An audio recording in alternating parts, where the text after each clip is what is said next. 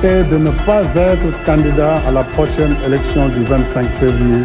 2023.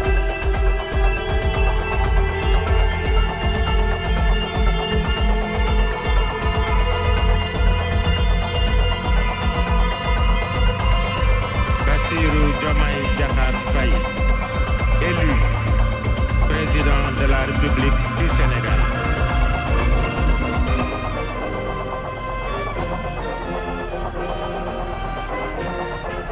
Bonjour chers téléspectateurs, ravi de vous retrouver dans votre émission L'essentiel de la politique, comme nous le faisons tous les jeudis. Aujourd'hui encore, je suis en compagnie de Edmond et Cher. Bonjour à toi Edmond. Bonjour Christine, un plaisir encore de partager ce plateau avec vous et avec Cher également. Merci beaucoup, bonjour à toi aussi Cher, c'est encore un plaisir de te retrouver sur le plateau. Bonjour Christine, ravi de vous retrouver. Bonjour à Edmond, bonjour aux téléspectateurs d'Horizon Média. Merci beaucoup, comme nous le faisons tous les jeudis, de l'essentiel de la politique, ci li nga xamantene mo gëna essentiel comme son nom l'indique wala bok mo gëna fess ci li nga xamantene moy actualité politique. Alors tay nak dinañ waxtané sétal suñu réew bi nga xamantene projet président de la République la bi nga xamné entamé nako depuis le 1er juin nga xamné mo nekkoon la première édition bi ñu dal di préparer deuxième édition bi ce 6 juillet même. Waxtané également le secteur informel où le chef de l'État invite son gouvernement a accordé une attention particulière. Nous avons également l'électrification rurale, le village de Kassonkil qui est dans la commune de Niamon, où il a réclamé l'éclairage public. Nous avons également l'immigration clandestine où 74 personnes, dont 20 enfants, sont arrêtés à bord de pirogue à Yel.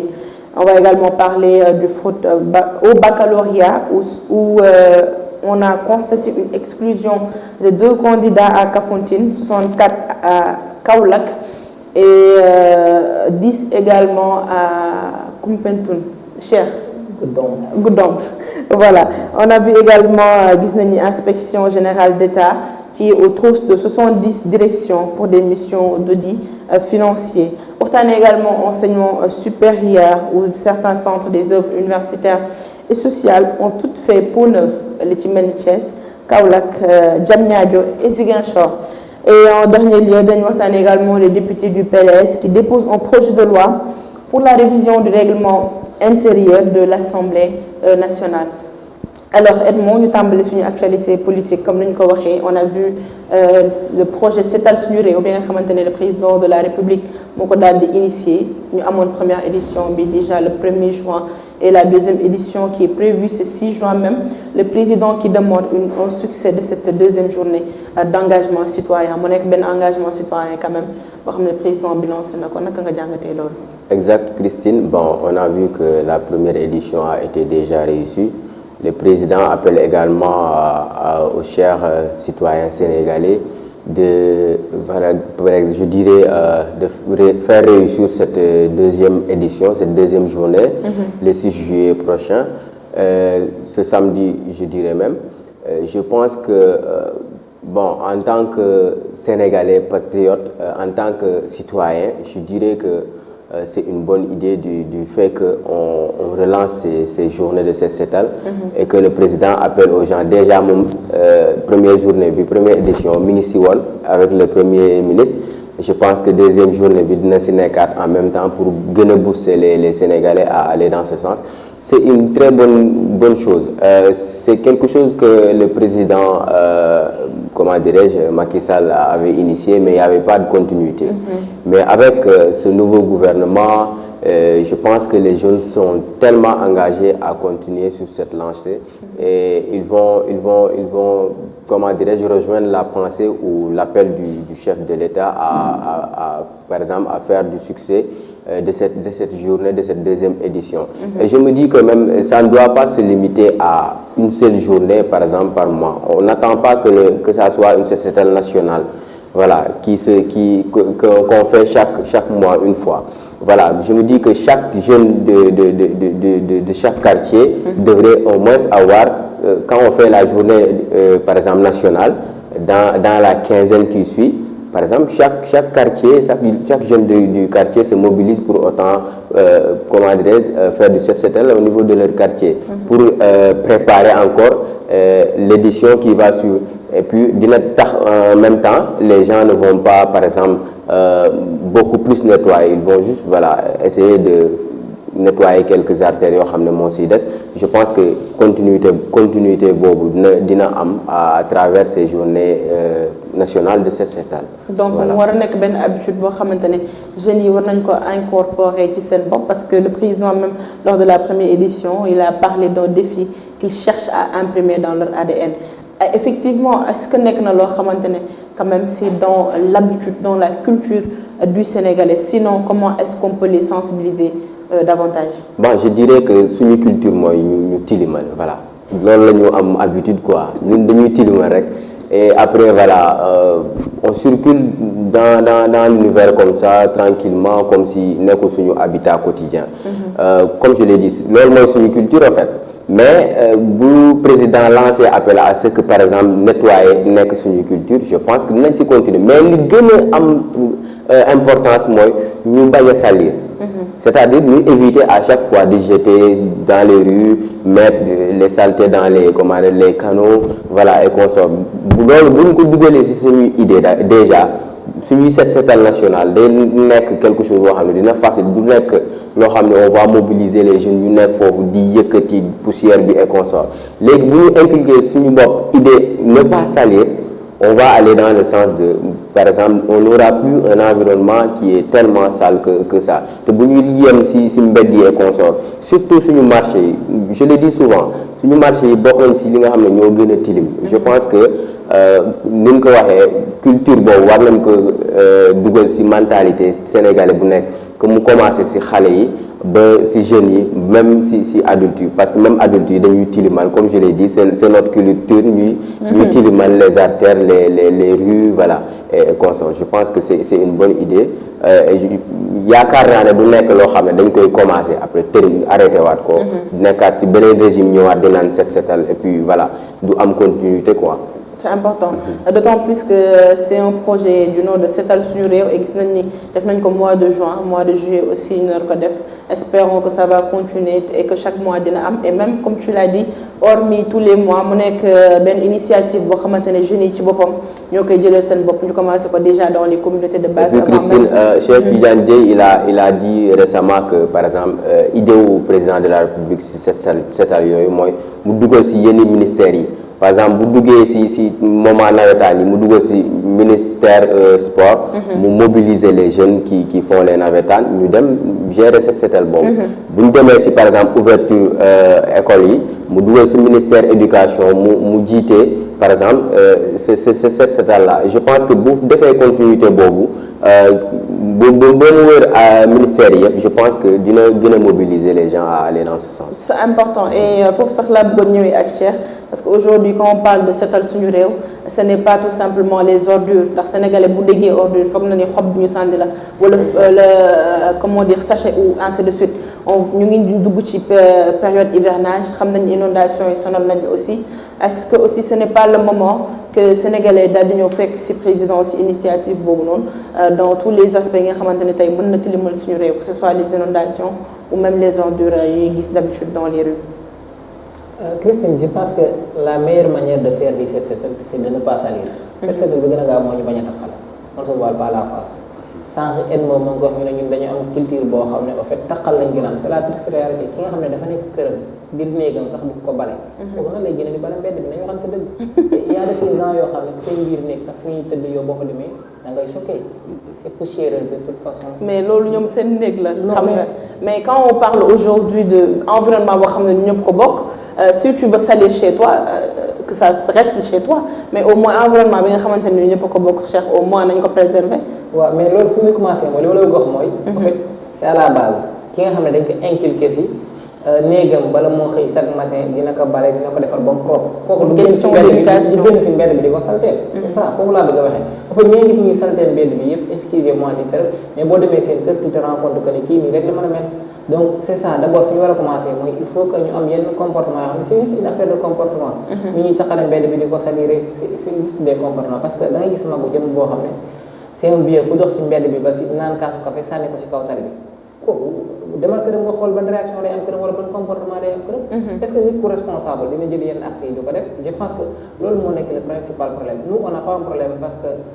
on n'a pas un problème de faire organiser les journées de cette parce que ñun ñi ñëpp nekk ci plateau bi wala ñu ñuy seetaan on se rend compte que bu ñuy rappelé bu ñu nekkee xale surtout bu ñu nekkoon à l'école primaire dañu ay journée de nettoyage. école primaire sax déjà dañuy def éducation sanitaire. malheureusement da ngay nettoyé tey suba nga ñëw fekk. voilà dañu def loo xam ne mooy éducation sanitaire malheureusement dañu amatul ci école yi je pense que module yooyu noonu dañ ko soxla ci école yi dañu doon jàng éducation sanitaire propreté de la classe loolu dañu ko doon inculquer dès le bas âge ba nga xam ne ki nga ko jàngal xale bi nga ko jàngal ci classe bu génnee du taxal mbedd bi xale bu ñibbee seen kër du ko taxal il faudra module yooyu ñu revenir ko ci école yi parce que xale yi soxla nañ ko énormément beneen affaire bi ñu ma wax mooy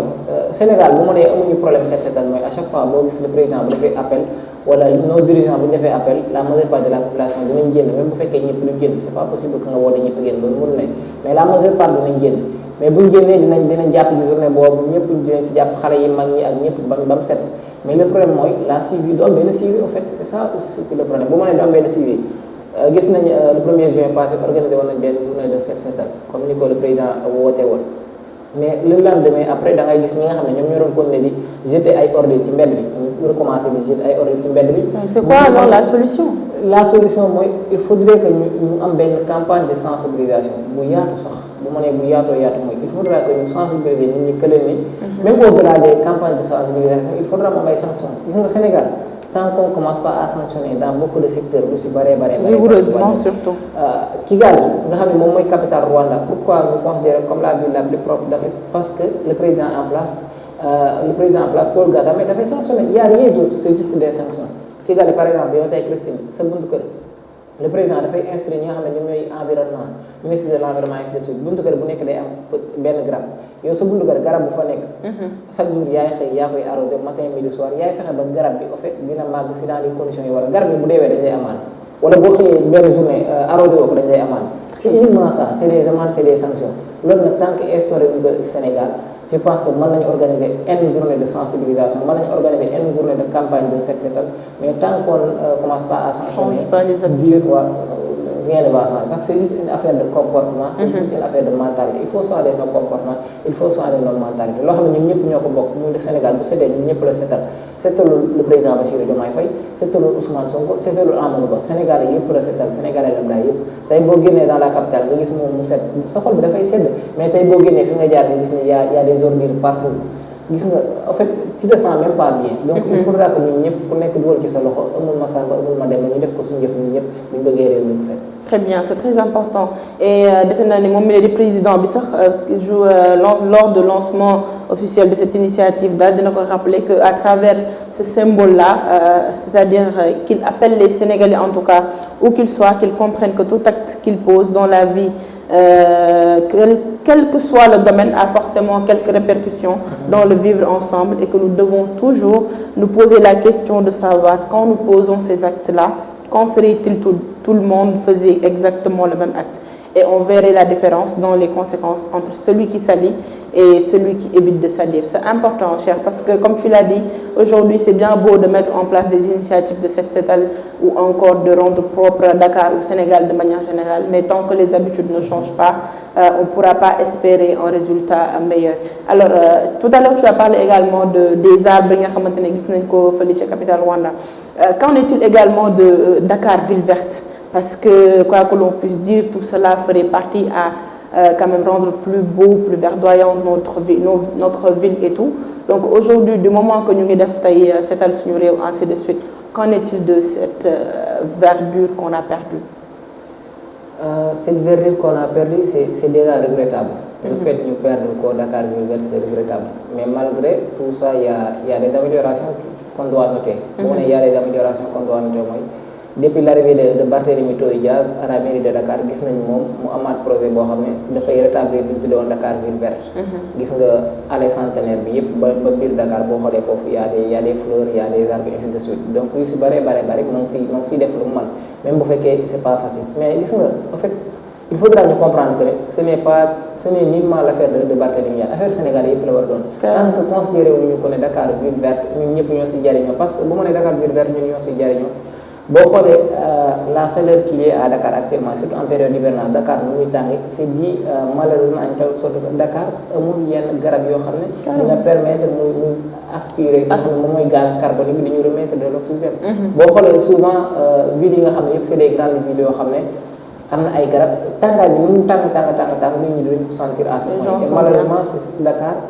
souvent fii pour nga dem ba gis fi benn garab sax ay fleurs nga fi gis c'est tout à fait problématique donc il faudra que mu def ko suñu combat ñu ñëpp mu nekk combat de tout un chacun le combat de tout un Sénégalais il est grand temps nag parce que combat boo gis dafay am lu ñu tuddee les précurseurs yi moom mooy ñoom ñoo war a nekk ñi nga xam ne ñooy autorités yi par exemple le maire Barthélémy Diaz mën na ko def mairie Dakar centrale yeneen maires yi nga xam ne ils sont dans les collectivités territoriales pourquoi pas ñoom tamit initier ces projets par exemple le maire de Fass Colobane Gueule Tapée au lieu muy s'attarder à des encombrements et ainsi de suite c'est déjà bien mais pourquoi pas mu initier projet Colobane Fass Gueule Tapée ville verte commune verte le maire de Mermoz Sacré-Cœur ainsi de suite commune verte sax bu fekkee maire yi nga xam ne def na ñoom les maires qui se trouvent à Dakar chaque maire bu nekk initier nga sa commune tuddee ko commune verte je pense que à la longue ñun ñëpp dinañu retrouver autour de l'essentiel mais bu bëggee lépp bàyyi ko le maire central Barthélémy Dias ça devient difficile et puis Sénégal yi souvent affaire yi mel noonu bu ñëwee rek dañ koy politiser mais il faudra ñu fexe ba gox bu ne da ngay jël sa commune même bu fekkee dafay aju concurrence bu ma nee concurrence mooy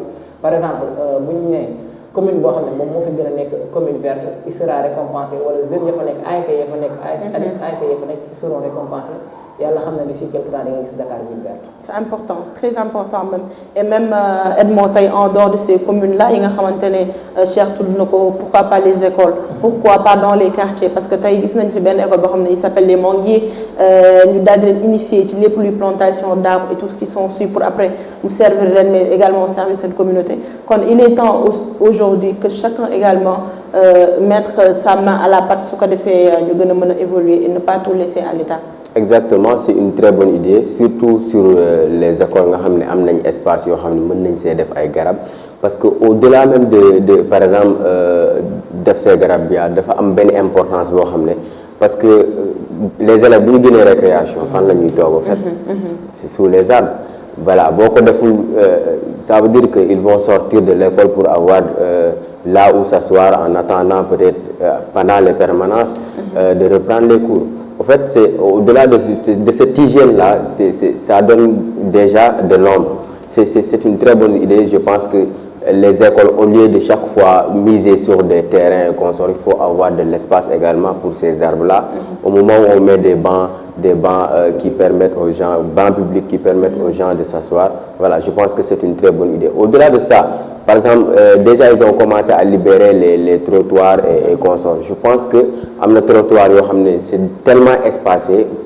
par rapport à la chaussée, on pouvait mettre par 50 ou 100 mètres des arbres. Voilà, pourquoi pas? À Dakar, on marche dans les trottoirs, on ne voit même pas d'arbres, rien du tout. C'est quelque chose qui est anormal et cette idée-là de faire de Dakar une ville qui est vraiment verte, je pense que Cheikh l'a dit tout à l'heure avec le maire Barthélémy, je pense que tous les maires, comme vous l'avez dit, bu ñu dugalee seen loxo si mbir moomu, je pense que ça serait une bonne idée. Pourquoi ne pas récompenser les jeunes par rapport à ça, les donner par exemple, voilà, faire des pépinières en leur livrant des arbres pour qu'ils puissent faire ça, mettre ça dans les quartiers et consorts. Je pense que c'est une très bonne idée.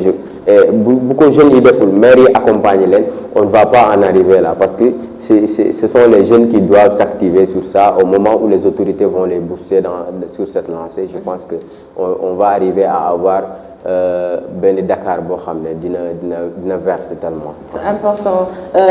Ñu wax ci leneen également, on a vu que hier en Conseil des ministres, le chef de l'État a invité son gouvernement à accorder une attention particulière au secteur informel, cher, parce que pour lui le secteur informel quand même occupe une frange très importante de la population sénégalaise. Alors cher, mu daal di ñu permettre aussi ñu demander par rapport ak déguerpissement opération de désencombrement yi nga xamante ne gis nañ ko fële ci Colobane et on sait que ces marchands là yi nga xamante ne ñoom lañ déguerpir en quelque sorte ce sont des entrepreneurs mais qui sont dans l'informel. Qu'adviendra-t-il alors de l'avenir de ces entrepreneurs-là, tout en sachant que en même temps tey bëgg nañ accorder benn place important côté secteur informel. Non seulement la place que le secteur informel occupe dans l'économie du Sénégal, c'est plus de 60% de l'économie du Sénégal. La moitié de l'économie du Sénégal vient du secteur informel. Secteur formel, recettes, taxes, l'État tout ce qui reste, c'est au niveau du secteur informel. Et donc, je pense que c'est un peu contradictoire le fait que le président veut donner une importance particulière au secteur informel et à côté nous la majeure partie des marchés ou bien des marchands ambulants nous les déguerpir et des encombrements. Donc, c'est un peu complexe, c'est un peu contradictoire. Mais il faudra que nous n'y baillons. Je pense que le secteur informel, du moment que nous touché, ça devient plus informel, ça devient quelque chose qui est formel. Donc, nous sommes le secteur informel. Et le problème c'est l'État en Balai. Comment faire pour formaliser les gens qui sont dans ce secteur-là? Parce que du moment qu'ils passent de l'autre côté, ils deviennent formels. Est-ce que nous sommes formels? Parce qu'il y a des avantages dans le secteur informel. Et dans le secteur formel, parce que tous ceux qui sont dans le secteur informel, ils ne payent pas l'impôt. Souvent, chaque année, ils payent. Ce n'est pas quelque chose qui est normal. Le fait qu'on redresser, normalement, ils payent l'impôt comme les grandes entreprises qui sont dans le secteur formel. Nous sommes barrés, pliés les bagages, tenus une boutique. Alors que ce n'est pas le cas de figure. Les nos gouvernants, ils doivent être intelligents. Nos gouvernants, ils doivent être intelligents. On sait tous que les marchands ambulants, la majeure partie dans les marchés, ils sont dans l'illégalité totale. C'est la triste réalité. Ce n'est pas quelque chose qui est normal parce que tu ne peux pas comprendre. On peut justifier que les gens qui sont installé une table, ils sont placés, il est quelque chose de normal. Ce n'est pas normal. C'est juste que il s'appelle le Sénégal, on tolère beaucoup de choses, on a assez toléré, Abdoulaye Wade à Bachir Diomaye Faye nous tolère, mais ce n'est pas quelque chose qui est normal. Les gens, ce n'est pas normal, mais c'est à l'État d'essayer de mettre en place des mécanismes, des contournements, des déviations. Ñi nga xamné dañu nek dans le secteur informel, ils vont pas se sentir lésés parce que bo leen fa jëlé rek wala nga bëgg leen déguer pire rek yaa ngi poser du tort parce qu'ils participent non seulement à l'économie du pays, mais de deux, c'est des soutiens de famille, c'est des pères de famille, c'est des mères de famille. Et tu veux même pas de bo leen fa jëlé ci créer lu ñu mëna tuddé chômage nga yok taux de chômage nga yok et l'état mom nu mëna def ba nga xamné da fay wañ taux de chômage lay yok taux de chômage donc ceux qui sont dans les marchés ou les marchands ambulants, l'État a essayé de faire un cadre pour que les gens puissent entrave à la liberté de circulation des personnes et des biens. Parce qu'il y a ces zones tout à fait collaborables, des zones où les voitures ne ce qui était tout à fait anormal. Parce que les gens qui ont des c'est pas normal. L'État a fait de telle sorte que les gens qui ont nañ nekk fi ñu nekk di jaay mais buñ entravé kenn ki nga xam ne dafa war a jàll tamit c'est la triste réalité mais loolu nag c'est un couteau à double tranchant bu ma nee c'est un couteau à double tranchant parce que boo xoolee entre les autorités centrales l'état central que ça soit le ministre de l'intérieur le PM ak le président ak les autorités yi nga xam ne ñoom ñooy les autorités décentralisées su mel ni les maires boo xoolee ñoo ngi référé la patate chaude ku nekk naan sa morom yaa jegeel piir ñi naan yaa jegeel piir ñi kii naan le ministre de l'intérieur moo génne communiqué maire bi génn wax leneen ne ministre bi moo ne si ginnaaw ministre bi ne c'est le PM. Mais est-ce que aussi là-bas il faut se poser la question est-ce que c'est réellement l'État? C'est qui l'État finalement? Les collectivités territoriales aussi ils font partie de l'État? Est-ce que évidemment ils font partie de l'État. Collectivités territoriales c'est ce qu'on appelle les pouvoirs décentralisés. En fait c'est des compétences transférées. Xam nga dañu nekkoon ci acte 2 de la décentralisation. Maintenant on est passé à l'acte 3 de la décentralisation. Bu ñu jógee acte 3 am na compétences yu bare yoo xam ne état daf ko yoroon daf ko transférer les mairies. C'est ce qu'on appelle les compétences transférées. Donc nag compétences transférées yooyu marché yu ci bare léegi sont sous la tutelle des différentes mairies. État moo ko transféré mairie mais n'empêche que nag état mairie yooyu ba léegi ci état lañ bokk. ci branche état lañ bokk parce que boo xoolee déguerpissement yëpp ñan ñoo koy jiite souvent c'est des maires te maires yi ñoom dañuy saisir ki nga xam ne moom mooy l'autorité administrative le sous-préfet wala le préfet wala le gouverneur c'est au sous-préfet ou bien le préfet moom wax les forces de l'ordre et de sécurité ñu dem dans ces différentes marchés là pour accompagner ñi nga xam ne ñoom ñooy les services du ministère de l'urbanisme ñu déguerpir leen chaque fois boo xoolee déguerpissement da fay gis les forces de l'ordre derrière parce que autorité compétente ñoom ñu leen wax ñu accompagner leen pour ñu bañ trouble à l'ordre public. Carrément. Donc c'est l'État, on peut pas exclure l'État. Quel que soit Alpha, c'est l'État qui est responsable de tout ça. Mais entre l'État et les compétences transférées, les mairies, c'est à eux d'essayer de trouver des solutions, de trouver des alternatives pour ñi nga xam ne ay marchands ambulants wala ñi nga xam ne ay yeneen lañ ñu xool nan la ñuy def parce que le problème qui se pose actuellement mooy boo xoolee souvent à Colobane il y a un problème complexe qui est en train de se poser et jusqu'à présent état jëlu ci solution mais il est grand temps mu jël solution boo nee il est grand temps mu jël solution mooy ñu ngi commencé di créer benn conflit boo xam ne entre ñi nga xam ne ñu may les marchands ambulants et les riverains. La fois passée bu fekkee déglu nga bu fa le président Ousmane le premier ministre Ousmane Sonko demee da ngay dégg ñeneen ñi naan Colobane marché la ñeneen ñi naan Colobane du marché ce qui disait Colobane marché la c' est les marchands ambulants ñu fay xëy midi matin soir. ce qui disait que Colobane du marché c' est les riverains ñi nga xam ne fa lañ dëkk am fa ay kër donc conflit yooyu ñuy bëgg a créer ça n'augure rien de bon ñoo xam ne ñoom ñu war a cohabiter ñu war a nekk ensemble matin midi soir nañ fexe ba les riverains ñi nga xam ne fa lañ dëkk seen espace bi ñu soxla nañ leen ko delloo si jàmm les marchands ambulants tamit espace bi nga xam ne fa lañ soxla bëgg fa defar seen i besoin état xool nu def ba jox leen ko ñoom ñëpp ñu nekk dans la convivialité sinon rek ñoom créer ay loo xam ne mën na jur ay yeneen conséquences yoo xam ne bu boobaa état mooy responsable de tout ça. C'est important et c'est bien quand même d'assainir les villes et tout ce qui s'ensuit mais également ñu daal di mën a délimiter comme tu as dit il y a des riverains il y a également des marchands ku nekk ñu daal di délimiter wax la fii mooy sa place ku nekk mën a yem place am comme ça mu bañ a am benn conflit. Alors Edmond tout à l'heure Cheikh parlait des mesures d'accompagnement par rapport ak ñi nga xamante ne ñoom la ñu yëkkati on a vu également la directrice de la DER madame Aïda Mbodj nekkoon sur les lieux en compagnie du premier ministre mais mesures d'accompagnement yooyu noonu est-ce que ce n'était pas avant qu'on devait les mettre d'abord su ko defee ñu mën leen dindi comment dire déplacer foofu nga xam ne ñu nekk pour ñu mën a continuer normalement seen activité au lieu de leen yëkkati ba pare te amuñu feneen fi ñu leen yóbbu muy daal di yokk lenn du taux de chômage bi ak accroître li nga xamante ne mooy pauvreté bi. Exactement Christine xam nga régime bi c'est la jeunesse qui a voté pour ce régime. Voilà ñoom ñoo porté combat bi xeex du début jusqu'à la fin et que ces autorités-là savaient vraiment qu'il y avait un problème au Sénégal d'employabilité, un problème d'occupation anarchique et consorts. C'est-à-dire que dafa waroon a réflexion yoo xam ne au moment où les jeunes sortaient di manifester di porter le combat ils devaient se mettre ils devaient se dire dans la tête que bu ñu faluwee qu'est-ce qu'on va faire pour ces jeunes-là. dafa waroon nekk des réflexions avant ñoom ñu yéeg la parce que gisoon nañ les jeunesse bi ils étaient tellement engagés ces jeunes-là pour ce projet pour que ñii bu ñu yéegee nañ indi ay solutions. Je pense que comme ni nga ko waxee li waroon jiitu mooy bi ñu agsiwee ñu woo les jeunes par exemple ñu occupation anarchique par exemple les jeunes qui sont dans les marchés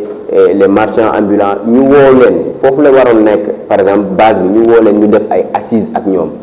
ñu discuter ak ñoom ne leen quel est le problème qu'est-ce que vous voulez qu'est-ce que vous pensez que on peut vous faire comme proposition ou par exemple nan lañ mën a assainir voilà ce secteur-là comme ni ñu ko waxee le secteur informel c'est quelque chose de très important et puis la majorité de la jeunesse là dañ see nekk am na ñoo xam ne sax ils ont fait des études mais ils sont dans par exemple les ventes là et consorts. Du coup c'est loo xam ne bari xam nga dem nañ commencer déguerpir les gens blablabla et le premier ministre dire qu'il n'était même pas au courant voilà et il était au même niveau de voilà. D'information que le président et c'est vraiment quelque chose de déplorable et je pense que bu ñu ko defee ba mu ñëw Colobane après je crois le lendemain ou le surlendemain autant pour moi il a fait une assise avec ces gens-là. C'est trop tard. Il faut commencer par discuter avec ces gens-là, regarder quelles solutions amener, quelles solutions apporter parce que ce sont ces jeunes-là qui ont porté le combat. Surtout les jeunes de Colobane. Ils en ont fait autant. Voilà. Durant les manifestations je pense que dinañ indi solution yoo xam ne dina comment dirais-je c'est une situation qui est urgente en fait parce que on ne peut pas laisser les jeunes occuper les comment dirais-je les trottoirs occuper les comment dirais-je les routes à travers leur commerce c'est quelque chose loo xam ne boo bëggee defar Sénégal faut nga génne loolu déjà parce que les voitures et les personnes sont sur la chaussée sur les trottoirs c'est maintenant du n'importe quoi en fait mais boo bëggee génne ñooñu foo nga xool ban solution nga leen fan nga leen di def yan solution nga leen di apporter balaa nga leen di ne à un délai tel on aimerait que vous quittez ces lieux-là pour aller dans tel lieu pour au moins seen secteur comment dirais-je informel ngeen gis ci seen bopp parce que la jeunesse la majorité de la jeunesse sont dans ça même les gens qui ont fait des études je pense que ce sont des démarches qui doivent être vraiment urgentes par rapport à ça le ministre mi ngi naan le Premier ministre ñu may leen tout le temps ñu mettre des mécanismes tel. Je pense que c'est là où se trouve l'erreur, parce que comme je l'ai dit tantôt, ça devait être des idées qu'on mette en place bien avant qu'on arrive au niveau du pouvoir. Je pense que ils mettront des mécanismes très rapidement pour solutionner ces phénomènes. Et tout à l'heure, tu disais que Tahiti marchands ambulants, peut-être ils ont même leur diplôme. C'est bien de proposer des solutions à l'État et son gouvernement. Qu'en est-il aujourd'hui de ces jeunes-là qui ont leur diplôme? Pourquoi pas Tahiti? On a dit que ce sont des entrepreneurs dans l'informel. Ces jeunes-là qui ont leur diplôme, pourquoi l'entrepreneuriat ne peut pas démarrer déjà au quartier? Les jeunes qui peuvent se regrouper, commencer à faire une activité, un business plan. Déjà, on a vu que la DER était là-bas et on sait carrément c'est quoi sa mission, accompagner les jeunes avec des financements. Il y a la 3FPT qui est là également pour des formations. Alors, est-ce qu'il n'est pas temps également que les jeunes essaient un peu de s'investir davantage? Si je dis de s'investir davantage, comment se regrouper entre jeunes? Ah, j'ai fait telle formation, telle personne aussi, des formations différentes. Nous mettre ensemble, développer cette idée, c'est un projet comme ça sera après une activité qui sera rentable pour tous. Exactement, la DER est là. Justement, comme vous l'avez dit tout à l'heure, je l'ai omis, Aïda Mbodj était là-bas, la directrice. Vraiment, je pense que surtout mobiliser surtout les jeunes qui ont amené des études déjà. Amené le baccalauréat, des licences,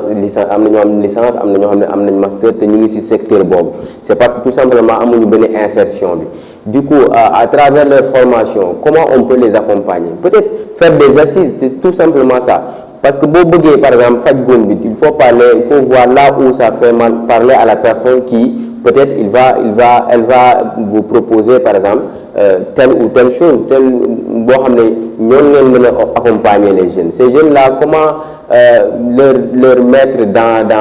je sais pas, ce sera une formation ou pas. Peut-être eux, ils sauront comment le faire. Il faudra tout simplement, nous peut-être une formation, nous former les. Nous avons déjà une formation, comment les insérer à travers leur formation, à travers leurs compétences. Nous avons des projets, vous les incitez à ce que nous bindissons un projet, nous indiquons,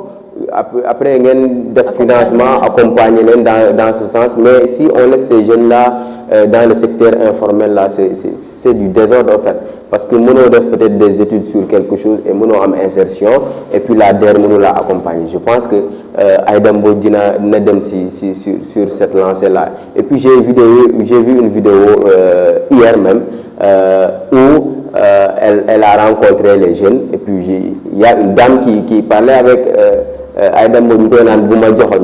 Ça veut dire que déjà il y a la pression entre les jeunes et Aïda Mbodj. Et surtout il parlait de cette DER-là et comment pouvoir accompagner ces jeunes-là. Du coup, c'est déjà un problème qui est là. Parce que nous mais il faudra savoir que d'autres ministères, cette direction, il faut descendre sur le terrain, rencontrer les jeunes, demander des propositions. Après, comment les accompagner pour que nous gagnons, par exemple, au fait. Très important. Alors, cher Niorsi Hélène également, on a vu que l'immigration clandestine continue. Nous avons 414 personnes, dont 20 enfants, qui ont été arrêtés à bord d'une pirogue à Yen. Et ce qui veut dire que ça devient inquiétant parce qu'on pensait qu'avec le nouveau régime, peut-être que dina changer wala bok dina wanyeko, mais je pense que le phénomène va continuer de dem. D'après toi, c'est quoi le problème? Ça devient de plus en plus compliqué. Et toujours avec l'immigration clandestine. Comme les jeunes avaient de l'espoir. Avec le nouveau régime, le phénomène de l'immigration clandestine, il a été stabilisé en un moment. Mais malheureusement, ce n'est pas le cas. Comme nous ce que je déplore le plus, c'est que les enfants, 20 enfants. L'enfant, il n'a rien demandé. En fait, l'enfant, il a juste demandé à aller à l'école. Il a le droit à l'éducation. De grâce, le phénomène, on le déplore. C'est quelque chose qu'on condamne. Parce que nous, en fait, il y a une pression familiale, une pression sociale, qui ne permettre de faire. Mais moi, je pense que nous devons justifier le fait que déjà, ce qui est paradoxal dans tout ça, ce qui est paradoxal dans tout ça, c'est qu'ils utilisent le phénomène de l'immigration clandestine. souvent ils vont pas directement avec les mains vides dañuy dem yóbbaale leen gratuitement ki nga xam ne moom mooy moom bateau bi peut-être le capitaine du bateau kii dawal bateau bi da ngay dajale xaalis bu bari ay 400 000 voire 500 000 voire même 600 000 pour ñëw am billet mu yóbbu la xaw ma billet xaw ma nu ñu ko mën a tuddee mu yóbbu la je pense que ki nga xam ne góorgóorlu na ba dajale 400 000 voire 500 000 voire 600 000 lan lay soxla dem di dugg si ay gaal concevoir par la face sans que ñoo ngi doon wax entrepreneuriat jeune bi nga xam ne dajale na ba am au moins 500 000 je pense que bu góorgóorloo tuuti toog Sénégal fii dina fi mën a investir si benn business boo xam ne dina ko jural dara dans le long terme mais ñun nag le problème en est que da ngay nekk jeune nga commencer à investir même pas un an tu vas devenir millionnaire c'est pas possible c'est pas possible. Manque de patience. Il faut les choses telles qu'elles sont. Il faudrait beaucoup de patience. Il faudrait que li ngay xaar ay attendre ça sera dans le long terme parce que même en entrepreneuriat on te dit comme ça l'entrepreneur il faudra nga échec avant ngay réussir qui peut pas commencer benn fan rek nga xëy réussir c'est pas possible. bu ñu la waxee ñi nga xam ne ñoo réussir ñëpp fu ñu jaar bu ñu la waxee Steve Jobs fu ñu jaar bu ñu la waxee Mark Zuckerberg borom Facebook fu mu jaar bu ñu la waxee ainsi de suite même nos milliardaires bu ñu la waxee Babacar Ngom fu mu jaar bu ñu la waxee Serigne Mboup fu mu jaar tu vas pas le croire xëy ñu xëy un beau jour nekk des millionnaires des milliardaires il faudra ñu am patience jeunes yi nangoo am patience investir fi nga xam ne moom mooy seen réew Sénégal ndànk-ndànk léegi nag c'est toujours aux autorités compétentes l'État de prendre les responsabilités bu mooy État de prendre sa responsabilité mooy xale yi dee si géej gi suñuy rakk lañ suñuy mag lañ suñuy frère lañ suñuy sœur lañ ainsi de suite et bizarrement Fatou Diop je pense que dañ wax sur le ventre de l'Atlantique bu fekkee lire nga ko muy wax ne les gens là qui meurent sur des plages ce sont des noirs et des arabes et quand ils meurent ça coûte moins cher qu'un blanc si c'était des blancs la terre entière aurait tremblé mais elle a parfaitement raison ñi nga xam ne gis nga ñooy dee si géej gi nii si c'était des blancs phénomène immigration clandestine dégg nga parce que ñoom ils vont prendre les moyens nécessaires pour arrêter immédiatement ce phénomène ñun nag malheureusement nos autorités c'est toujours le cas avant ñuy ñëw pouvoir dinañu dig promesse bu nekk lu leen dinañ ñu ko wax mais une fois au pouvoir rek tu verras que lu ñu la doon wax ak li xew c'est diamétralement opposé mais ngir yàlla bu fekkee joxuñu ndaw ñi sax emploi mënuñu leen wutal emploi parce que c'est pas à l'État aussi de donner à tout le monde de l'emploi l'État ne peut pas faire ça il faudra juste mettre les mécanismes voilà les mécanismes bi nga xam ne ku bëgg a def entrepreneuriat di nga entreprendre ki bëgg a am yeneen lii État dina ko permettre mu am ko mais de grâce même s'il ne peut pas permettre à n'importe qui d'entreprendre ou bien de devenir un entrepreneur il a l'opportunité sax il a moom l'obligation de nous garantir la sécurité donc bu ma nee de garantir la sécurité mooy il doit faire de telle sorte que benn pirogue dootul jógee di Sénégal ay jeunes dugg ci ñu naan dañuy def immigration clandestine il peut faire ça marine nationale lan la fiy jariñ bu fekkee même dañuy doubler effectif bi voire ñu tripler effectif bi nga xam ne moom moo nekk marine nationale muy def ay parcours contournement chaque jour sur nos plages dans nos mers chaque jour di xool di patrouille matin midi soir pour kenn du benn xare du jaar l'État il a les moyens de faire ça et bu mu ko bañ parce que la jeunesse là ñi nga xam ne ñoom ñooy dee si géej gi on sait pas xamuñu lan la ñu war a doon demee xamoo ndax futur président moo ngi si xamoo ndax futur ministre de l'intérieur moo ngi si ainsi de suite xamoo ndax beneen futur Sadio Mané moo ngi si ainsi de suite donc l'État il a l'obligation mu téye askan bi nga xam ne ay doomam lañ ci réew bi même bu fekkee mënu leen garantir li nga xam ne tamit mooy emploi na fexe ba xale yi nga xam ne dañuy dugg si géej gi di ñàkk seen bakkan dootuñu fi dugg c'est la moindre des choses qu'on lui demande loolu rek lañ koy laaj léegi nag le reste il faudra aussi que la jeunesse ñoom tamit ñu ngi leen di demander qu'il soit un peu patient bu ma nee qu'il soit un peu patient mooy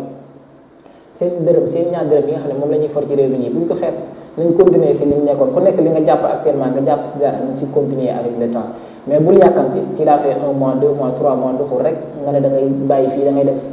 États-Unis da nga jaar Nicaragua wala da ngay dem Espagne c'est pas ça il faudra au moins que ñun bu fekkee ñi nga xam ne ñun ñooy la jeunesse ñoo war a defar Sénégal ñun ñëpp dugg nañ si gaal wala ñun ñëpp dem nañ Nicaragua kan moo koy defar c'est ça la réalité qui va construire ce pays parce que Sénégal se limite pas uniquement en 2024 récemment on a fait notre première exploitation de baril de pétrole qui va nous dire que d'ici 5 ans 10 ans Sénégal du dem ba nga xam ne dañ koy tëkkaleeg Koweït wala ñu koy tëkkaleeg Dubaï et bu boobaa Sénégal yi demoon nga yaakaar duñ bëgg a ñëwaat donc il faudra qu'on ait un peu patient man lu may demander la jeunesse mooy il faudra un peu de patience. C'est important, très important. Et on a même vu une autre pirogue transportant 167 migrants aujourd'hui même qui a chaviré au large des côtes mauritaniennes. Alors Edmond, aujourd'hui jeunes yooyu nga xamante ne ils sont parvenus à comment dire emmagasiner autant d'argent pour mën a daal di jël pirogue bi et comme dit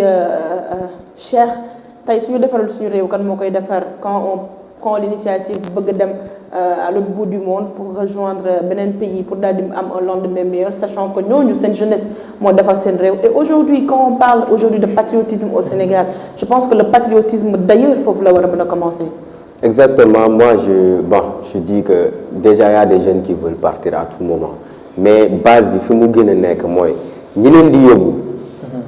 Par exemple les capitaines yi nga xam ne ñooy gérer gaal yooyu et consorts. Et si l'État mettait les moyens pour par exemple def ay enquêtes approfondies sur ñooy ñi nga xam ne ñooy organiser yooyu si suuf nag ni ñu jàppee ñi nga xam ne ñooy def drogue di dugg si mën nañ def de telle sorte que ñiy génn ak ñiy programmer génn nit ñi bu ñu defee des enquêtes ñu civilé wu dugg si population bi. Je pense que on va retrouver ces gens-là qui programment ça, ce réseau-là. Et puis au-delà de ça, comme ni ñu ko waxee par exemple marine nationale bu ñu renforcer par exemple les équipes. Je me dis que bu ñu bëggatul benn bateau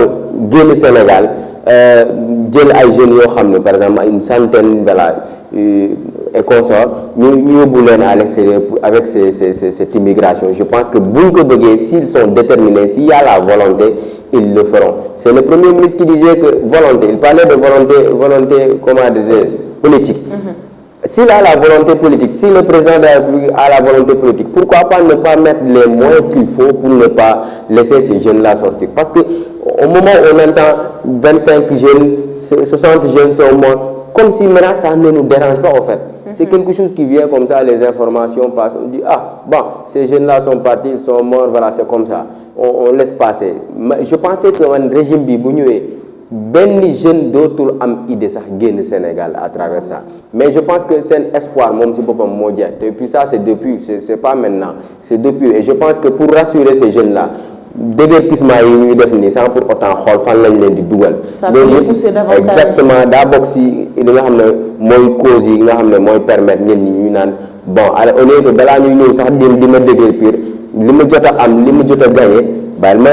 fay ici par exemple benn gaal ñu yóbbu ma lu ma am nag voilà je gère. Bon mais il y a des jeunes yoo xam ne am nañ sax par exemple des cantines, am na lieux yoo xam ne ils travaillent déjà, mais c'est comme si c'est l'idée de l'Europe moo leen di façonner. Et en même temps ceux qui sont là-bas leur poussent à venir à tout moment parce que ici ils disent que ici tel. Mais on voit des vidéos en Europe yoo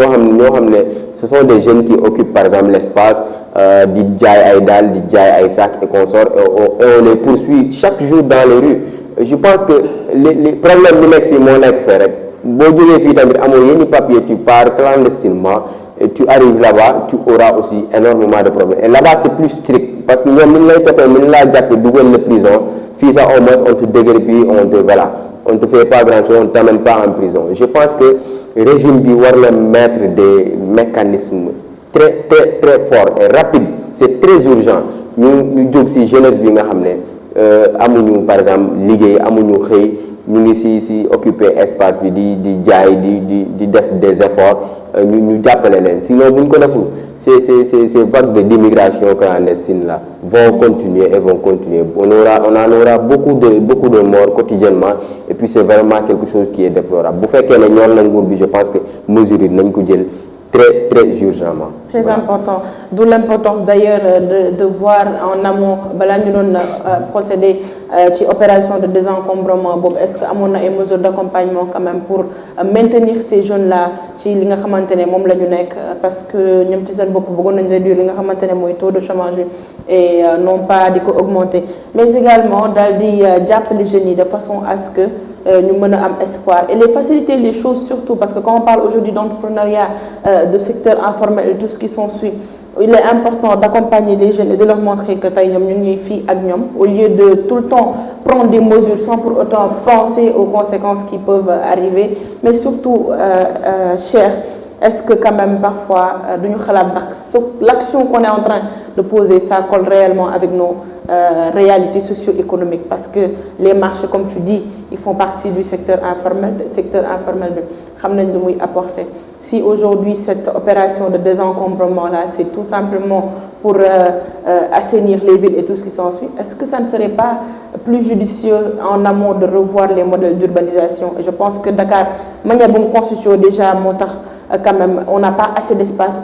pour mettre des marchés et consorts su ko defee marchands ambulants yi mën a nekk seen place def seen activité normalement. Je pense que ces actes de désencombrement-là, on devait revoir ça en amont comme en aval. Je vais m'expliquer. Moi, en amont comme en aval. Parce que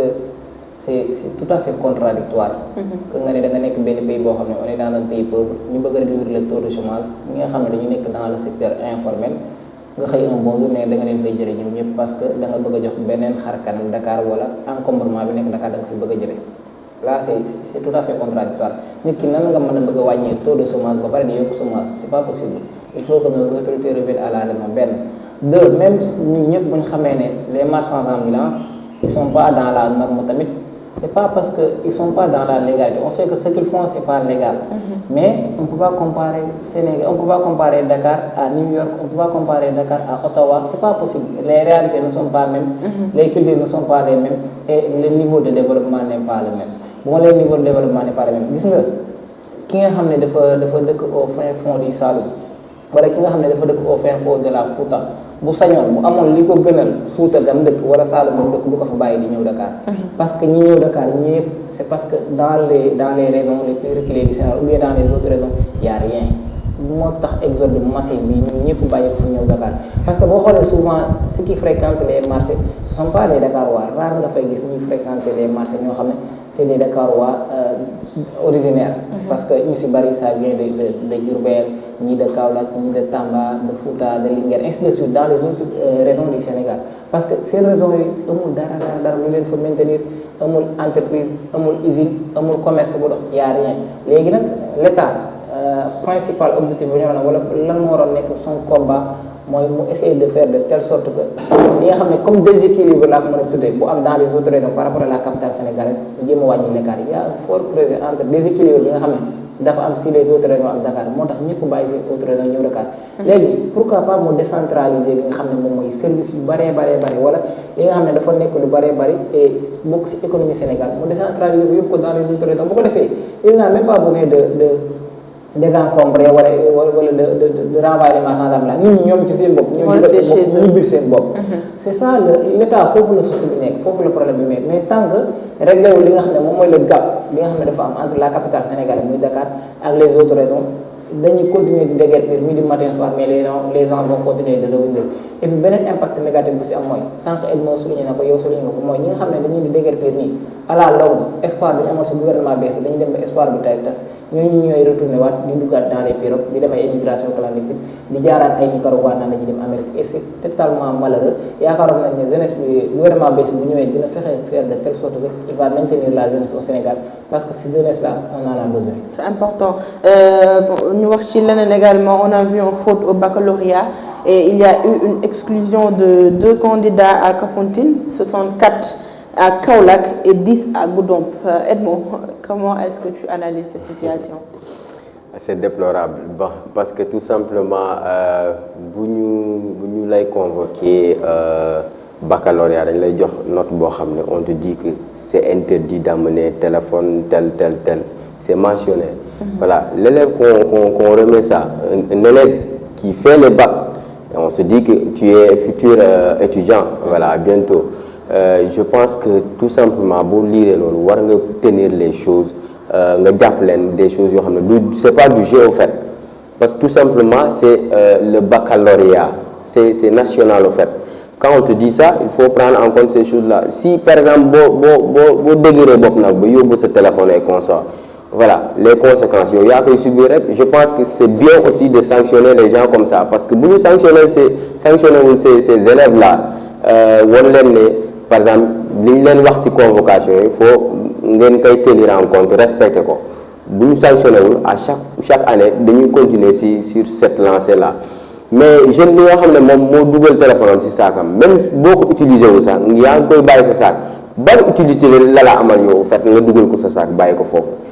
tax moom mu lay empêcher à ce que tu fasses ton examen. Et puis li si gën a grave mooy que ñii dañ leen a sanctionné tey le lendemain après sur le lendemain on a vu aussi d'autres personnes qui ont fait ça. Je pense que tout simplement il faut être dur. Sénégalais dafa xam sanction boo ko sanctionné wul il va continuer à faire ça malgré c'est dur peut-être on peut comment dirais-je après cette sanction là ñu renvoyer leen session octobre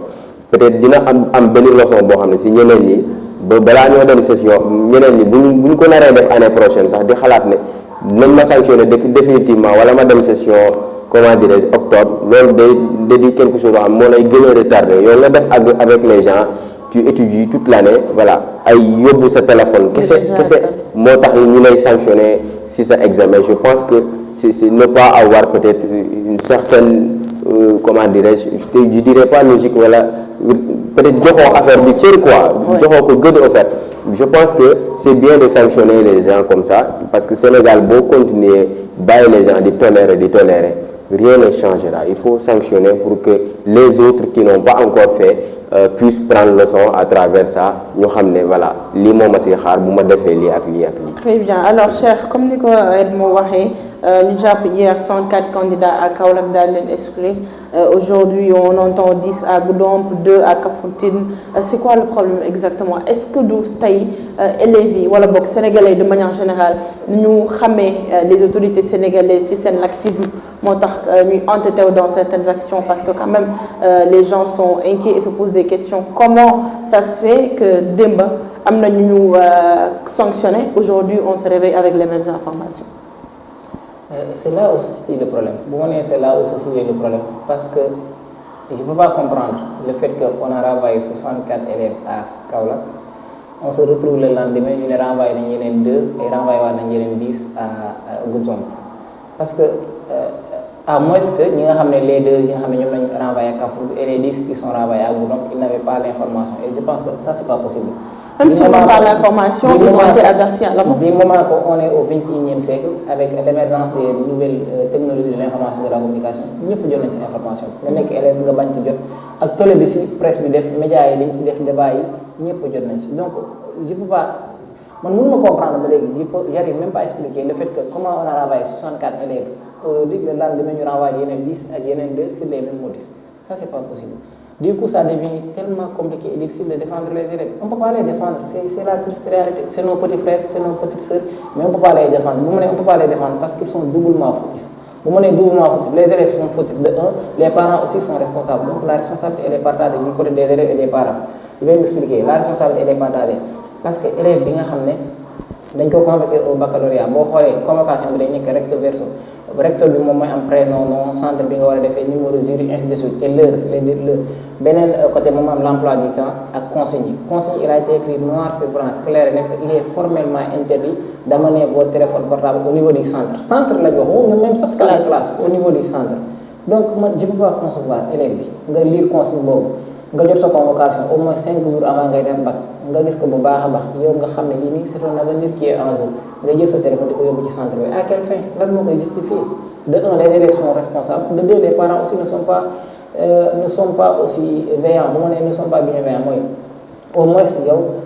parent bi en quelque sorte waroon na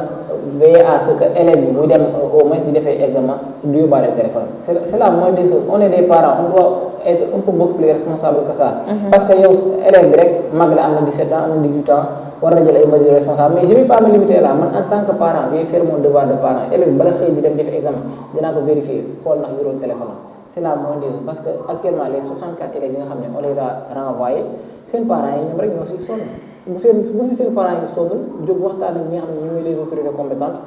pour ñu may leen deuxième chance ça sera tellement difficile pour ñu am ko parce que la loi elle est claire la loi dafa wax ne yow bu fekkee dañuy jàpp si cas de triche bu ñu appliquer la loi parce que on n'a pas encore appliqué la loi pour le moment c'est le président du jury 1506 bu nekk Kaolack moom dafa bindoon benn note à l'office du bac parce que cas yooyu bu amee dañ la koy wax ne la yow tu dois saisir l'autorité boo saisir autorité da ngay saisir fi nga xam ne IA bi nga bokk parce que c'est à Kaolack si saisir l'IA qui est à Kaolack inspection d'académie c'est à l'inspection d'académie de saisir li nga xam ne moom mooy l'office du bac bu saisir office du bac moom mooy joxe ordre c'est l'office du bac qui a demandé au président du jury de renvoyer ces élèves là léegi nag loolu mooy première sanction la seconde sanction mooy après loolu yëpp bu jàllee les commissions de discipline il y a ce qu'on appelle commission de discipline ñoom ils vont se regrouper bu ñu regroupé ñoom ñooy xool ban fin la élèves yooyu di am soit dañu leen di may deuxième sanction def section octobre wala dañu leen di suspendre 5 ans parce que la loi 5 ans la leen war a suspendre bu ñu appliquer la loi rigoureusement koo xam ne am na 18 ans wala am na 19 ans nga suspendre ko 5 ans carrière est foutie kooku dootul jàngale nekkatul élève lan moo ko fa jar juste pour des futilités yoo xam ne yóbbu téléphone portable yoo xam ne interdiroon nañu ko léegi nag benn def si am boo gisee nit ñi génn si wax wala nit ñi génn si polémique mooy nombre bi moom moo tax nit ñi di si wax 64 élèves c'est tellement nombreux c'est dafa bari toute une classe le président jury renvoyé moom nag en tant que président du jury il pouvait être pédagogue il pouvait être à la place du président du jury mu dawal compréhension nekk un parent d'élève bu ma nee mu dawal compréhension nekk un parent d'élève. est-ce que bu dawal compréhension bu tey mooy tax Sénégalais demeurer dans certains actes. Non, bien parce que comme dit Edmond il faudrait que l'État soit fort et mettre en place des mesures assez rigoureuses également. On est tous d'accord que dañu la war a sanctionner là on est tous d'accord ñun ñëpp d'accord mais sanction tamit dafa am par degré. bu ma nee sanction dafa am par degré même bu fekkee da ngay seetaan football boo fu defee faute l'arbitre il vient pas directement te donner un carton jaune daf lay def avertissement verbal ba deuxième fois mu doog la jox carton jaune bu la joxee carton jaune nga répété waat même faute mën na la avertissement encore verbal après mu doog la ñëw jox la carton rouge loolu la degré de sanction parce que moom il avait d'autres opportunités mu sanctionner leen amoon na yeneen manières yoo xam ne mënoon nañ leen koo sanctionner que mu leen di dàq subitement mënoon na confisquer les téléphones de 1 de 2 bu confisquer ses téléphones premier jour deuxième jour il pouvait convoquer les différents parents d'élèves là ñi nga xam ne ñun ñëpp ay élèves la ñu indi fa seeni téléphone mu convoquer seeni parents yi wax ak ñoom d'une langage claire et nette de manière véridique que ni waxatuma la ñooñu sax mais kuñ gisati nga yor téléphone ci centre bi nga nekk sax benn élève ci voilà dañ lay dàq définitivement loolu yëpp c'est des modules yoo xam ne wala c'est des mécanismes yoo xam ne le président jury mën na ko jël mais moom il a opté directement pour la sanction la plus sévère moo ne la sanction la plus sévère mooy l'exclusion droit moo ko may de il a appliqué juste les textes et les règles donc lu ko waaye wax tooñ ko moom droit la appliqué mais mënoon na agir d'une autre manière mooy mu xool les sanctions dawal degré de sanction avant mais ci sanction la plus sévère mais tout ça fu ñuy revenir mooy les élèves ils sont fautifs ils sont doublement fautifs c'est la triste réalité maintenant nag on va essayer de lancer un message aux autorités bu ma nee lancer un message aux autorités mooy man je vais pas plaider pour ñi nga xam ne ñoom ñooy les 10 élèves et les 2 élèves je vais pas plaider pour eux parce que xam nga tax ma plaider pour eux on peut les considérer comme des récidivistes récidiviste mooy lan koo xam ne tey da nga def benn faute le lendemain nga defaat la même faute ñoom mën nañu considérer comme ay récidivistes on a renvoyé 64 élèves à Kaolack le lendemain yow nga def la même chose ñu renvoyé la parce que tu es au courant que kii def na lii nga def ko ñooñu dàqale récidiviste la kenn du plaider pour kooku mais les 64 élèves yi nga xam ne dañu leen dàq avec l'effectif on demande tout simplement aux autorités étatiques ñi nga xam ne ñoom ñooy office du bac ñi nga xam ne ñoom ñooy le ministre de l'enseignement supérieur parce que dañuy wax ne le baccalauréat c'est le premier diplôme universitaire dañoo bañ ba office du bac moo ko jox office du bac fu mu nekk université donc on demande au ministre de l'enseignement supérieur mu dawal la clémence fexe ba nga xam ne ces 64 élèves là ñu jéem ñu def ba intégrer leen session octobre ñu mën a def session de remplacement bu ko defee yàlla dimbali leen mais que ñun on n'est pas là pour plaider qui que ce soit pour parce que il faut que dans ce pays Edmond moo ngi wax les gens soient être vigoureux ñu respecter parce que dañu dem ba dañu jàpp ne dans ce pays rien n'est plus sérieux baccalauréat c'est le diplôme universitaire le plus sérieux c'est le premier diplôme universitaire licence et master tout ça c'est des yeneen la mais baccalauréat moo gën a sérieux en matière de diplôme baccalauréat est plus sérieux que les autres diplômes donc on peut pas lu sérieux ba noonu mënuñu ko jël di ko fay il faudrait des mesures strictes la prochaine fois dina servir ñu bëri. C'est important, c'est très important. Par rapport à ça, Cheikh, je sais que comme vous l'avez dit que mënuñoo défendre ñooñu kon bu leen sax jéem a défendre je vous dis que la loi c'est la loi. Évidemment. Si on te dit ne fais pas ça, ne fais pas. Si on négocie aujourd'hui, demain on va négocier. Forcément, nous sommes comme ça. Tu négocies. Non, Cheikh Warawan Dafli, demain, voilà, il faut VA. Demain, tu vas faire. Je vais revenir négocier. Mais si je te sanctionne aujourd'hui, demain, tu ne vas pas le faire. Évidemment. C'est comme ça qu'on va avancer. Et bon, après, je me suis lancé moi que, par exemple, nous avons cette communication. Malgré nous avons cette convocation. Mais qui délivre la convocation, nous avons lire Pourquoi même à l'approche du baccalauréat, passer dans les médias, expliquer les consignes de façon très très claire. Même dans les classes de terminale, leur dire ça parce que gars yi préféré peut-être am na ñu doon suivre journal am na ñu doon suivre peut-être ñu nekkoon ci site et consorts mais en classe que par exemple les professeurs responsables wala les surveillants ñëw par exemple wax ak les élèves ñu ne leen lii ak lii ak lii tamit kiy délivrer mu ne la am lii bind nañ ko ci mais je te rappelle parce que la répétition elle est pédagogique nga ne ko ça et ça et ça et ça c'est interdit maintenant li yow boo ñëwee ak sa convocation tu mets wala peut-être tu lis même examen bi tel lay commencer tel lay jeex di jënde woo ci des là c'est un problème et puis par exemple si porte santé ñu siy def ay affiches yoo xam ne peut-être si c'est pas fait je sais pas ñu siy def des affiches yoo xam ne ça va permettre à l'élève quand il arrive il voit ou même quand la personne qui sera à l'entrée du centre par exemple Vous rappelez aux gens que est-ce que vous qui venez avec même sac, moi, on a besoin de quoi pour ça? Sac, c'est quoi? On va réviser durant les réviser quoi? Jour J, tu révises quoi? Tu mets quoi dans ton sac en fait? Tu as ton stylo, tu as ta machine de calcul, tu as par exemple tes comment dirais-je, crayon et consort. Trousseau rek doy na si, mais tu te balades avec un sac, avec des cahiers à l'intérieur, un téléphone, une tablette et consort. Je pense que vraiment, c'est quelque chose de déplorable. Moi, que kooku parewul, je me dis que quand tu viens avec un sac parewul, moi, des fois au Sénégal, là, nous, ça 2 voire wala examen, tu viens avec un stylo, les gens te disent waouh. Comme si tu avais un sac, gadu cahier lui. Moment bala prof bi sax day installer joxe feuille yi sax ça veut dire que toi tu n'es pas prêt. Je pense que dañ gën a yaatal communication de telle sorte que gars nañ gën a jël seen responsabilités par rapport. C'est très important et comme vous avez dit hein, ce sont des solutions très importantes mais je me dis que tey sénégalais moo dëgër bopp boo xamante ne comme dit Edmond tant qu'il n'y a pas de sanctions duñu comprendre. Tu auras beau faire une campagne de communication large, tout le temps il y aura des personnes têtues qui viendront essayer pour dire non, je vais essayer pour voir si les gens là ils vont m'attraper. Maintenant, tant qu'il n'y a pas ces mesures-là, ces sanctions sérieuses, les gens ne vont pas changer. Et ça va être dur quand même, mais quand même c'est important de le faire pour que les gens quand même changent de comportement et de mentalité. Alors chez nous également, nous avons l'inspection générale d'État, parlant même de sanctions et de contrôles qui sont ou bien qui est aux trousses de 70 directions. Quand même pour des missions d'audit financier gis nañ ci mel ay fonds publics ou même yeneen ñu daal di ci nar a nekk aide non cher du moins vraiment c'est quelque chose de très très important. Je pense que le mot si gën a sori mooy lu ñu bëgg a utiliser ce qu'on appelle les fonds communs wala les fonds publics. Là je l'ai toujours plaidé dama ko mos a demander à ce que j'arrive toujours pas à comprendre comment ce qu'on appelle ces fonds dits politiques ñi naan ko fonds commun ñi naan fonds secret ak non bu ñu ko mën a tudde duñ ko auditer parce que c'est une manne financière boo xam ne politiciens yi dañ koy séddoo nu mu leen neexee et dara du leen si fekk si on vous dit que la présidence a plus de 30 millions voire 50 millions de fonds l'Assemblée nationale 50 millions chaque fin du mois ainsi de suite ak yeneen secteurs yoo xam ne si état lañ nekk yëpp c'est budgétivore loolu lan la ñuy jariñ parce que il faudra que dans ce pays les gens doivent être sérieux bu ma nee les gens doivent être sérieux man je vais pas comprendre koo xam ne c'est un élément de l'État du Sénégal un fonctionnaire de l'État du Sénégal yow tu travailles chaque fin du mois État du Sénégal daf lay fay à la solde de contribuable sénégalais xaalis boobu la ñuy dajale fay la on te paye des millions wala on te paye ak lu ñu la mën di fay chaque fin du mois tu es payé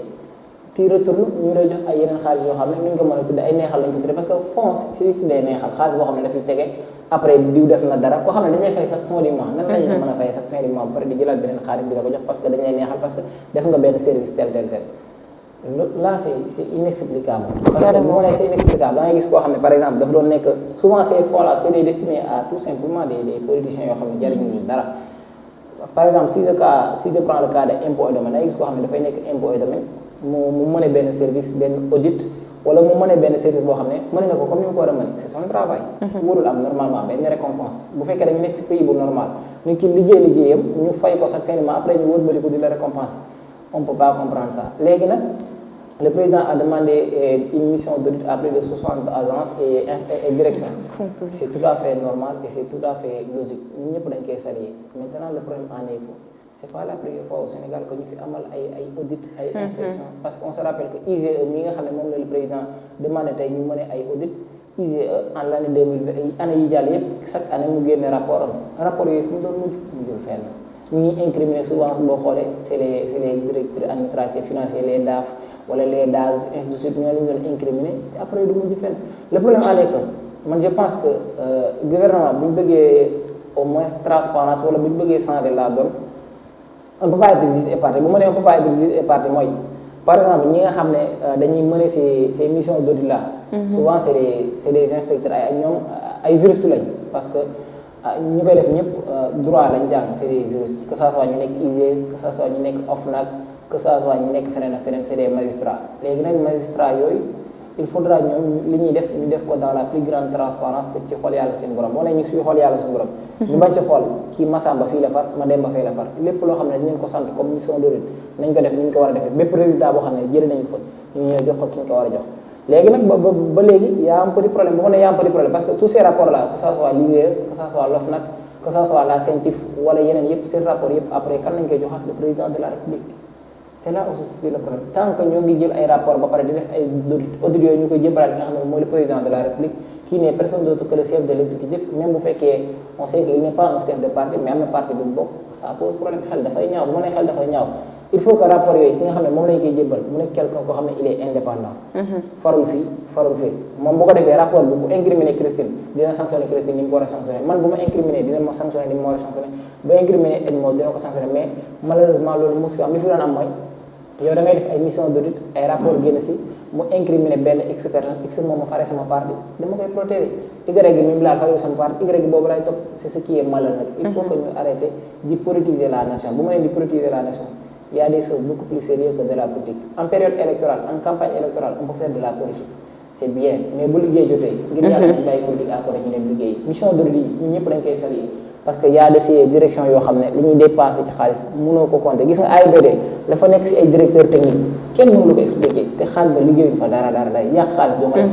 donc AIBD bu ñu ko waree auditer ñun ñëpp d'accord nañ si ne dañ ko war a éviter et Sénégal rek nii ce qui est fait récemment mooy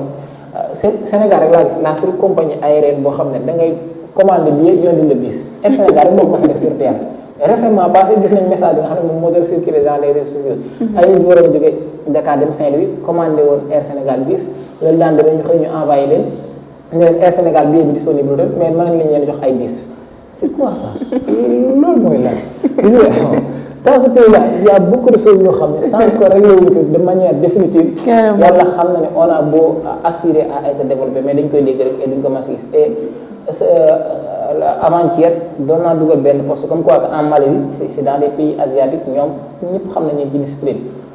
l'avion qui devait démarrer a tardé de 5 minutes compagnie bi yëpp dañu génn di baalu àq fii Air Sénégal waxuma la 5 minutes waaye da ngay tardé ak ñu def le bis et puis après dara du lañ fekk. C'est grave. En tout cas, il y a beaucoup de lacunes yoo xamante ne dañ koy traîner comme tu dis quand on veut vraiment être un pays développé il faut qu'on change les mentalités et quand les gens ne veulent pas changer de mentalité il faut procéder aux sanctions mais à des sanctions rigoureuses ñu gis ni ay agences et des fonds publics yu bëri bokk nañ ci audit yooyu comme ni nga ko waxee ci mel ni ay BD yi ci mel ni les fonds yi nga xamante ne moom la ñu waroon jox presse nationale et à la presse nationale ay SENTER ainsi de suite et Edmond ce sont des initiatives qui s'inscrivent dans la lutte contre la corruption mais après est-ce qu'il y aura le contrôle ou bien un suivi assez important. Christine, les politiciens dañuy nax rek en fait. Le président Macky Sall avait dit ici je ne protégerai personne. Il a protégé tout le monde. Évidemment. Il est parti. Le président Bassirou Diomaye jubal jubanti. Le premier ministre Ousmane Sonko avait dit dans un entretien avec Abdou Karim, il parlait de par exemple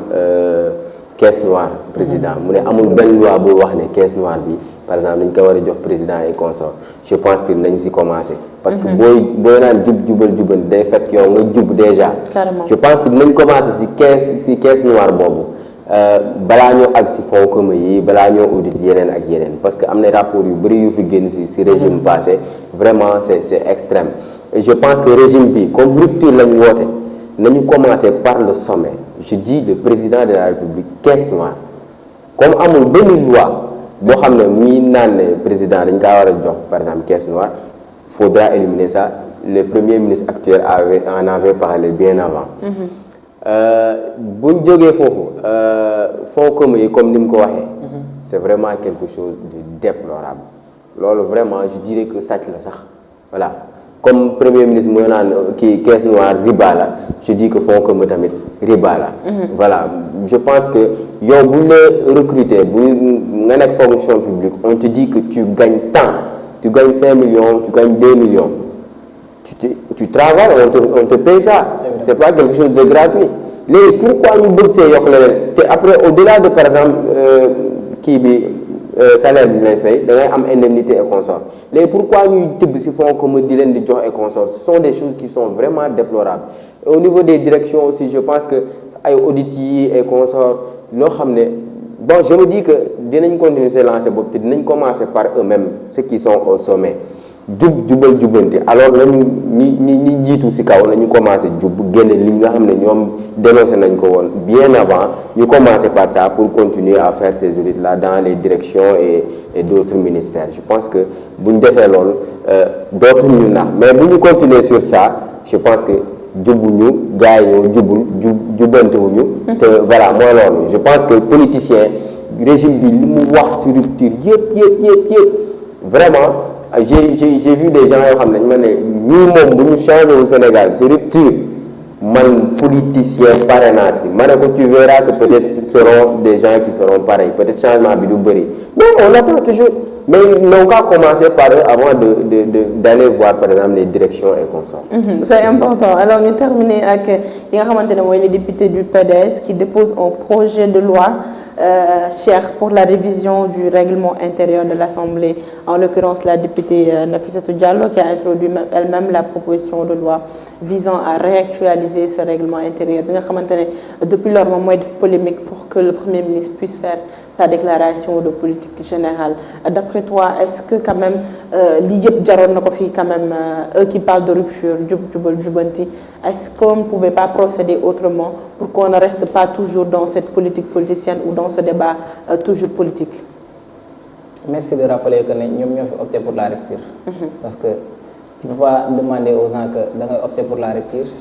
et ce qui est malheureux bañ fi ñëwee ba léegi on parle que de la politique. yaakaaroon naa gouvernement bees bi bu ñu ñëwee on va jamais parler de la politique surtout xanaa en période électorale Sénégal actuellement war nañu fekk foo xam ne dañuy waxtaan ay wax question d'actualité question économie la ñuy waxtaane question scientifique ainsi de suite yoo xam ne dina mën a jariñ le peuple sénégalais dara wala dina mën a apporter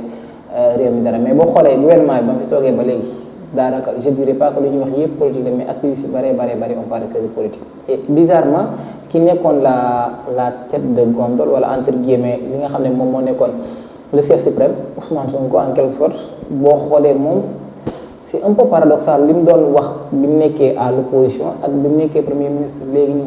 c'est tout à fait contradictoire bu ma nee c'est tout à fait contradictoire Edmond sànq moo ngi rappelé que moom moo waxoon ne caisse noire amul benn njariñ dañu war a supprimer danoon na bare sax moom une fois au pouvoir day supprimer li nga xam ne moom mooy caisse noire nekkul au pouvoir mais il est à la primature il est le premier ministre il est très proche de Diomaye donc war na mën a def de telle sorte que ñu supprimer li nga xam ne moom mooy caisse noire ñu supprimer li nga xam ne moom mooy fonds commun yi nekk à la primature il est le premier ministre ainsi de suite parce que 8 milliards caisse noire xaj na ci Sénégalais yi yeneen ak yeneen yi nekk primature xaj na ci Sénégalais yi ainsi de suite yi nekk assemblée yi nekk impôt et domaine yi nekk au conseil ainsi de suite loolu yëpp xaj na ci Sénégalais yi on parle d'un pays pauvre on parle d'un pays endetté boo xoolee ñoom ils ont fait 3 mois bi ñu ñëwee léegi mais ils ont emprunté 1000 et quelques milliards kenn mosu ko fi def comme gouvernement donc loolu yëpp yow dëkk bi nga ne dafa ñàkk xaalis. est-ce que nekkul li nga xamante ne moom la fi ancien gouvernement bi bàyyi. mais moom laa expliqué nga ne dëkk bi dafa ñàkk xaalis ba nga dem di lebi à ce point léegi xaalis bi nga xam ne dafa nekk ci ay caisse état di nelaw c'est des budgétivores jariñul dara renonce à ça nga dugalaat ko si biir askan bi mu am benn impact au moins. bu ñu jëlee woon xaalis boobu nga xam ne moom ñu tudd ay fonds communs ay caisse noire ak yooyu dinañ lebi mais duñ lebi pas assez tellement duñ lebi xaalis bu toll ni ñuy leb. léegi nag beneen bu may wax mooy man je dirais que merci à Nafissatou Diallo à Serigne Abo Mbacké ak Mamadou Diop c'est les 3 députés de Wallu Sénégal PDS les députés de PDS ñoom ñoo dugal benn proposition de loi pour ñu modifier li nga xam ne moom mooy le règlement intérieur de l'Assemblée parce que gis nañ semaine bi génn yépp boo xoolee règlement intérieur de l'Assemblée dañuy wax le premier ministre ne veut pas faire sa déclaration de politique générale parce que il a dit que le règlement a des manquements moi je pense que c'est malhonnête de pour les députés de Yewwi Askan Wi ñoom ñu taxaw ne le règlement intérieur de l'Assemblée a des manquements bu ma nee c'est malhonnête c'est les mêmes députés de Yewwi Askan Wi qui étaient là lorsque le règlement intérieur de l'Assemblée avait des manquements à l'époque de Amadou Ba mosuñu ko souligner kenn mosul léegi ñu wax sauf Guy Marius Sagna te même Guy Marius Sagna moom ba mu ko dénoncé à l'époque n'empêche que bi Amadou Ba ñëwee Assemblée si ñu àndoon ci ñu dugal motion de censure ci la bokk donc moom il a fait di A et di non A wax bu dara ba pare def son contraire donc les députés ils sont malhonnêtes c'est la triste réalité mais malheureusement loolu yëpp lu muy firndeel mooy dans notre pays on n'a pas des députés du peuple mais on a des députés du parti bu ma nee des députés du parti mooy ñoom actuellement